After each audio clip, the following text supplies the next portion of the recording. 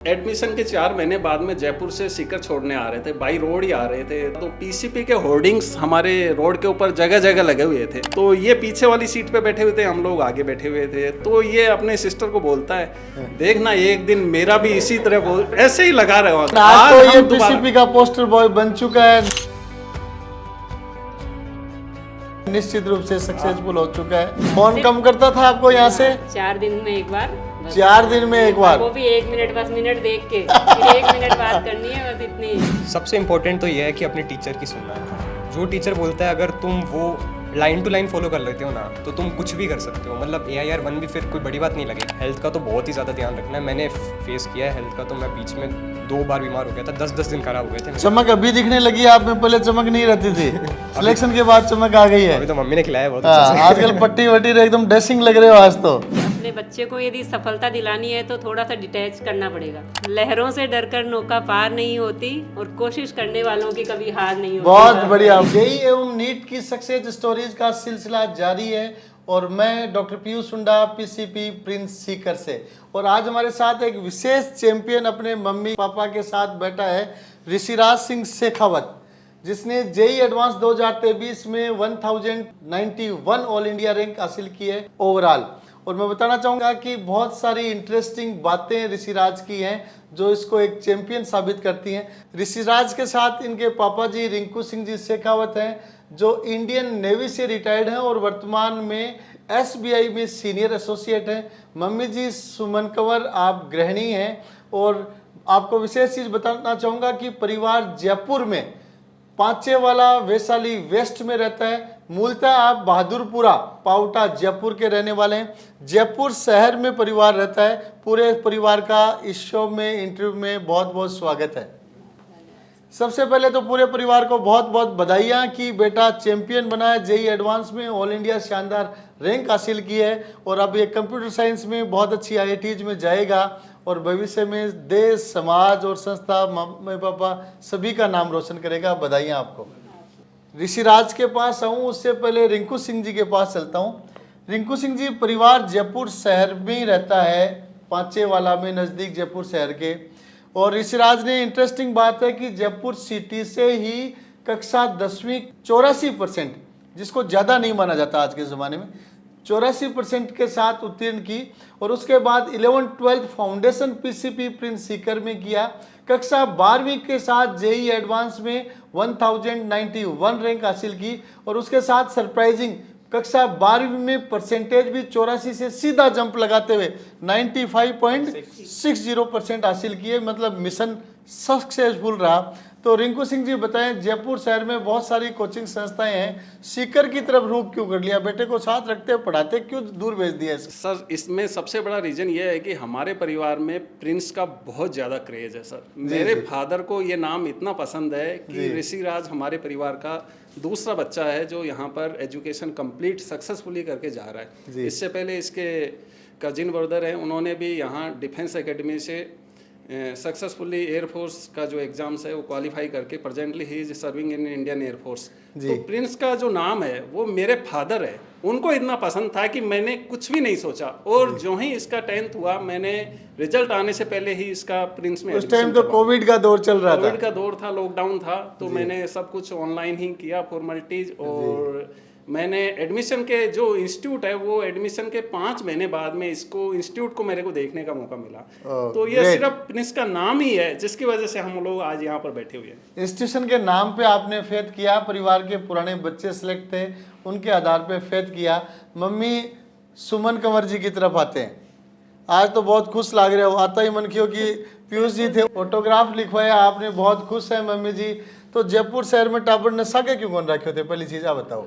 Mummy जी तो बहुत दिनों से सर्वे कर रहे थे सर। मैंने तो दूसरा इंस्टीट्यूट ढूंढा ही नहीं, मैं तो प्रिंस में ही जाना है। और आज कति खुशी हो रही है, रिजल्ट आयो भी दिन कई माहौल रही हो चलो मेरे को। बहुत खुशी है सर, सब लोग बहुत खुश थे, सब तरफ से फोन आ रहे थे। तो एक नाम, मतलब हमारे पूरे परिवार में फोटो भी छपी इसकी पूरे राजस्थान में, हरियाणा में। सब लोग ये पूछ रहे हैं कि कहाँ से किया, कौन से इंस्टीट्यूट में, हमें भी नाम बताओ, हम भी वहाँ भेजेंगे। इस तरह के फीडबैक आ रहे हैं और पूरा बहुत अच्छा परफॉर्म किया है बच्चे ने। मैंने इसको यही बोला, नए फोन तू 2-3 दिन दिन से कर दे, कोई जरूरत नहीं है, बस पढ़ाई कर, यही मोटिवेशन था। फोन कम करता था आपको यहाँ से? 4 दिन में एक बार, बस 4 दिन में एक बार, वो भी 1 मिनट, बस मिनट देख के फिर 1 मिनट बात करनी है, बस इतनी। तो इंटरेस्टिंग बात सामने आ रही है, तो सीधा आते हैं ऋषिराज की तरफ। ऋषिराज ने पीसीपी के हॉस्टल्स में रहकर पढ़ाई की है। 10वीं में 84% ऋषिराज आजकल एवरेज नंबर माने जाते हैं, कोई ज़्यादा नहीं माना जाता। जब IIT JEE की प्रेरणा तो कहाँ से मिली, और जब यहाँ आए थे उस दिन क्या सपना था, प्रैक्टिकल सपना बताएं। सर ऐसे तो मेरे को सही बताऊं तो नाम भी नहीं सुना था मैंने IIT JEE का पहले, जब मैं 10th कर रहा था जी। ऐसे ही पापा ने करा दिया, कहीं मेरे को लगा कहीं मैं जा रहा हूँ बस जी। और मैं वहाँ चला गया, और फिर मैं पता नहीं कैसे इसमें इन्वॉल्व हो गया, मुझे मज़ा आने लग गया। और हम लोग इसको एडमिशन के 4 महीने बाद में जयपुर से सीकर छोड़ने आ रहे थे, बाई रोड ही आ रहे थे, तो मैं ड्राइव कर रहा था, तो पीसीपी के होर्डिंग्स हमारे रोड के ऊपर जगह जगह लगे हुए थे जी। तो उस टाइम होर्डिंग्स में एक अमित शर्मा KVPY एग्जाम्स का एक होर्डिंग है, वो सब जगह रोड के ऊपर लगा हुआ था जी। तो ये पीछे वाली सीट पे बैठे हुए थे, हम लोग आगे बैठे हुए थे, तो ये अपने सिस्टर को बोलता है देखना एक दिन मेरा भी इसी तरह ऐसे ही लगा रहा, देखो कॉन्फिडेंस गजब का था। ये उस दिन की बात है, हमने उस बात को एकदम कैजुअली लिया, वो मतलब हो जाता है, हाँ, बच्चा जोश में कह रहा होगा, बोल देता है जी। लेकिन आज तो ये पीसीपी का पोस्टर बॉय बन चुका है, निश्चित रूप से सक्सेसफुल हो चुका है। ऋषिराज फिर से आ गए। तो जैसे 84% पे आपको इधर डाल दिया, शुरू में क्लासेज आप लेने लगे, आपसे तो बहुत अच्छे अच्छे परसेंटेज वाले बच्चे क्लास में होंगे, उस टाइम का क्या सिनेरियो रहता था, कैसा रहता था? सर पूरा डिमोटिवेशन होता था बस और सर क्वेश्चन देते क्लास में और वो सब तो कर देते, मैं देखता ये क्या हो रहा है फिर ऐसे ही थोड़ा गंदा तो लगता था, तो सर से कंसल्ट किया था मैंने, तो सर ने तो ये बोला था टाइम लगेगा जी। और तो बताइए पहले टेस्ट में कौन सी रैंक आई थी, कितने बच्चों से? 28 थी शायद, 100 से ज़्यादा बच्चों में 28वीं रैंक थी, बैचेज भी कई सारे थे और फाइनली आपने अव्वल रैंक हासिल किए। तो नेक्स्ट क्वेश्चन फिर ऋषिराज से चल के फिर पापा जी मम्मी जी की तरफ चलेंगे। 2 साल की जर्नी, पहले जयपुर सिटी से आप रहे हुए, इधर हॉस्टल में आ गए, हॉस्टल के एडजस्टमेंट की लाइफ, जैसे मम्मी जी ने बताया कि फ़ोन भी 4 दिन से करता है, वो भी 1 मिनट का टाइम फिक्स दे के, कार्ड में से ज़्यादा पैसे नहीं खर्चे और खुद का टाइम वेस्ट ज़्यादा नहीं हो जाए, मिनट पूरा हो रहा है। तो ऋषिराज हॉस्टल के एक्सपीरियंसेस शेयर करें, आपके दोस्त भी बहुत अच्छा परफॉर्म कर रहे हैं JEE में काफ़ी सारे, तो एक्सपीरियंस शेयर करें। सर हॉस्टल तो सर बहुत ज़रूरी था मेरे को लगता है, क्योंकि मेरे क्या दोस्त जो स्टार्टिंग में बहुत अच्छा परफॉर्म कर रहे थे ना, वो मेरे हॉस्टल में रहते थे जी। तो वो सही में बहुत अच्छे थे और दोस्तों का बहुत बड़ा रोल रहा मेरे लाइफ के अंदर। मेरे को लगता है कि शायद दोस्तों की वजह से ही मैं यहाँ पर हूँ, क्योंकि दोस्त अच्छे मार्क्स लाता था तो उसकी वजह से हमें भी मोटिवेशन आता था। कौन सा सबसे फर्स्ट फ्रेंड कौन है? नीतीश चौधरी। नीतीश है, उसने भी 12th के साथ क्रैक किया, अच्छी सक्सेस ली है। बहुत गंभीरता के साथ आपने पढ़ाई की, इसीलिए आप देख लीजिए कि 84% का बच्चा 1000 रैंक में आता है, 12वीं के साथ आता है और 12वीं में भी 95.60 परसेंटेज बनाता है। फिर चलते हैं रिंकू सिंह जी की तरफ। रिंकू सिंह जी, जैसे आप आते ही बता रहे थे कि सालों साल का हमारा प्रिंस से जुड़ाव चल रहा है, आपका सपना बराबर पूरा होता जा रहा है और अब आपने छोटी बच्ची लक्षिता को पीसीपी में नीट में एडमिशन करवा दिया, वो भी तैयारी में व्यस्त है, अभी सामने बैठी बैठी वीडियो रिकॉर्ड कर रही है। तो आप बताएं कि हॉस्टल के जीवन से ऋषिराज में आपने क्या क्या परिवर्तन देखे? हॉस्टल लाइफ वैसे लाइफ में होना बहुत ज़रूरी है सर, और ऋषिराज में हॉस्टल में यदि ये हॉस्टल में नहीं आता तो आज इसकी जो सक्सेस मिली है इसको, मुझे नहीं लगता ये हॉस्टल के बिना शायद कर पाता है। इसके काफ़ी साथी लोग अदर इंस्टीट्यूट्स में इसके साथ वाले जो इसके साथ 9th-10th में थे, अलग अलग इंस्टीट्यूट्स में अलग अलग जगह बड़े बड़े नामों से जुड़े हुए हैं, बट उन्होंने किसी ने सफलता नहीं प्राप्त की है सर। ये प्रैक्टिकल एग्जाम्पल है कि उन्होंने इंडिपेंडेंटली, हालांकि उन्होंने बड़ा नाम चूज किया, बट उन्होंने वो सफलता प्राप्त नहीं की जो ऋषिराज ने प्राप्त की, और वो हॉस्टल में उसका बहुत बड़ा योगदान है सर। और यहाँ के हॉस्टल की फैसिलिटी के बारे में मैं इतना बताना चाहूँगा कि फैसिलिटी बहुत ज़बरदस्त है यहाँ पर। कई लोग तो असंतुष्ट रहते हैं, भाई फ़ोन नहीं है, पाबंदी ज़्यादा रखते हो, बच्चे को बाहर नहीं जाने देते, इस तरह की पाबंदी का क्या फ़ायदा, हम 21वीं सदी के वासी हैं। यहाँ ये है तभी ये सब कुछ पॉसिबल है सर, यहाँ से निकलने के बाद में ये फ़ोन में ही लगे रहते हैं। जी। तो ये जो कर रखा है ये बहुत अच्छा किया हुआ है, ये नहीं करेंगे तो मतलब काफ़ी इनका जो एजुकेशन है वो प्रभावित होगा। तो सुमन कंवर जी की तरफ आते हैं।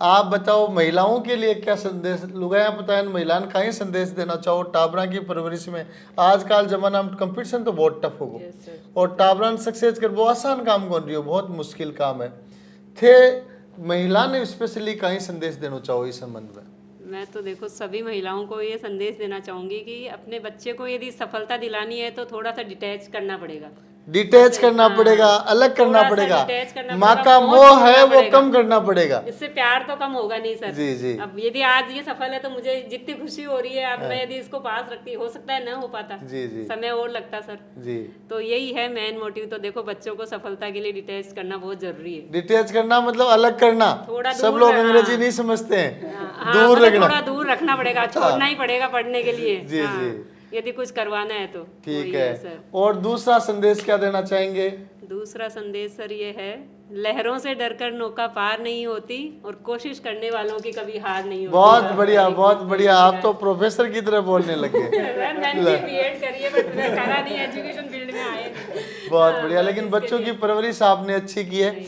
अब लास्ट क्वेश्चन ऋषिराज की तरफ ऋषिराज आप पीसीपी के स्टूडेंट 11th-12th के साथ रहे इस वीडियो को बहुत सारे नीट और जेई के एस्पिरेंट्स भी देखेंगे मैं चाहूँगा जेई के एस्पिरेंट्स को 12th के साथ शानदार रैंक लाने के लिए क्या क्या टिप्स देना चाहोगे आप सबसे इम्पोर्टेंट तो ये है कि अपने टीचर की सुनना है जो टीचर बोलता है अगर तुम वो लाइन टू लाइन फॉलो कर लेते हो ना तो तुम कुछ भी कर सकते हो मतलब AIR-1 भी फिर कोई बड़ी बात नहीं लगेगी अगर टीचर की लाइन में तुम चलोगे तो और बाकी तो अच्छे दोस्त सही में अच्छे दोस्तों का बहुत बड़ा योगदान होता है अगर दोस्त खराब मिल गए तो फिर तो डूब गए ऐसे मान सकते हो तुम सही में दोस्त तो बहुत इंपॉर्टेंट होते हैं तीसरी बात अपना हेल्थ का तो बहुत ही ज़्यादा ध्यान रखना है मैंने फेस किया है हेल्थ का तो मैं बीच में 2 बार बीमार हो गया था 10-10 दिन खराब हो गए थे मेरे चमक अभी दिखने लगी है आप में पहले चमक नहीं रहती थी सिलेक्शन के बाद चमक आ गई है अभी तो मम्मी ने खिलाया बहुत हाँ, आजकल पट्टी वट्टी एकदम ड्रेसिंग लग रहे हो आज तो जी ठीक है हेल्थ का ध्यान रखें पढ़ाई के जैसे इस वीडियो को कई 11th फाउंडेशन में जो बच्चे आए हैं वो भी देखेंगे और जेई के लिए बहुत महत्वपूर्ण चीज कहा जाता है वे ऑफ स्टडी तो वे ऑफ स्टडी बच्चों को बताएं सब्जेक्ट को किस तरीके से पढ़ना चाहिए देखो तुमने क्लास में पढ़ा कोई टॉपिक अब तुम घर आ रहे हो सबसे पहले तो तुम ऐसा कर सकते हो जो तुमने पढ़ा उसका रिवीजन कर लो ये सबसे पहले मैं तो ये करता था और उन चीज़ों को याद कर लेता था जो मतलब सर ने बोला था इंपॉर्टेंट है फॉर्मूलाज है क्योंकि वो तो तुम्हें एकदम टिप्स पे होने चाहिए तो मैंने फॉर्मूला तो सारे याद कर लिए थे और उसके बाद तो सिर्फ एक ही काम बचता था क्वेश्चन प्रैक्टिस बस इतना सही करना है और लगातार करना है हाँ पंक्चुअल रहना है पंक्चुअल रहना तो बहुत ही ज़्यादा ज़रूरी है अगर पंक्चुअल नहीं हो तो फिर नहीं हो सकता पंक्चुअल रहना तो पड़ेगा ही बहुत बढ़िया नेक्स्ट क्वेश्चंस को जो बच्चे अटेम्प्ट करते हैं जेई एडवांस में स्पेशली क्वेश्चन अटेम्प्ट करने के लिए कॉन्सेप्ट पे बहुत जोर दिया जाता है उसके लिए बच्चों को क्या मैसेज देना चाहेंगे जेई एडवांस तुम अभी अटेम्प्ट अचानक से करने लग जाओगे हाँ तुम 11वीं में आए हो अभी तुम अटेम्प्ट कर रहे हो तो तुम्हें क्या पता नहीं होंगे तुम्हें लगेगा कि हाँ नहीं हो रहे हैं लेकिन क्योंकि वो ऐसा इसलिए होता है क्योंकि तुम्हारा दिमाग अभी डेवलप भी नहीं हुआ होता है फिर धीरे धीरे तुम क्वेश्चन कर रहे हो आसान कर रहे हो बहुत सारे कर लोगे ना तो फिर तुम्हें वो जेई एडवांस वाले क्वेश्चन भी ऐसे ही लगेंगे जैसे नॉर्मल क्वेश्चन है जब मैं पेपर दिया था ना तो मुझे लग नहीं रहा था मैं जेई एडवांस दे रहा हूँ मुझे लगा यार आसान पेपर आ रहा है तो जितने हुए थे मैंने तो इतने किए थे हाँ बस यही है कॉन्सेप्ट जो बनने वो सिंपल क्वेश्चन से बनेंगे तुम करते जाओ क्वेश्चन प्रैक्टिस धीरे धीरे तुम्हारी अप्रोच बन जाएगी और फिर हो जाएगा सब कुछ बहुत अच्छी बात ऋषिराज ने की कि सीधे हैवी क्वेश्चंस पे अटैक करने की बजाय पहले सिंपल क्वेश्चंस को सॉल्व करें ताकि आपका कॉन्सेप्ट डेवलप हो और बाद में आप कॉम्प्लेक्स प्रॉब्लम को भी क्रैक कर सकते हैं तो ये था ऋषिराज सिंह शेखावत जिसने जेई एडवांस 2023 में ऑल इंडिया ओवरऑल 1091 रैंक हासिल की है और साथ में परिवार के में मम्मी और पापा हैं जो आज के दिन बेटे की सक्सेस पे बहुत खुश हैं और साथ में मैं बच्चों को गौर करने लायक बात बताना चाहूँगा कि मैं अक्सर कहता हूँ कि 10th के परसेंटेज का जेई एडवांस और नीट दोनों की फाइनल सक्सेस में कोई रोल नहीं है आपके मार्क्स एवरेज होकर कम होकर भी आप रैंकर बन सकते हैं जिसका ऋषिराज आज एक जीता जागता बेहतरीन लाजवाब उदाहरण है 10th के 84% जेई एडवांस में 1000 में रैंक और उसके साथ ही 12वीं में 95.60% हर जगह विन विन की सिचुएशन बनी हुई है एक बार पुनः पूरे परिवार को बहुत बहुत बधाइयाँ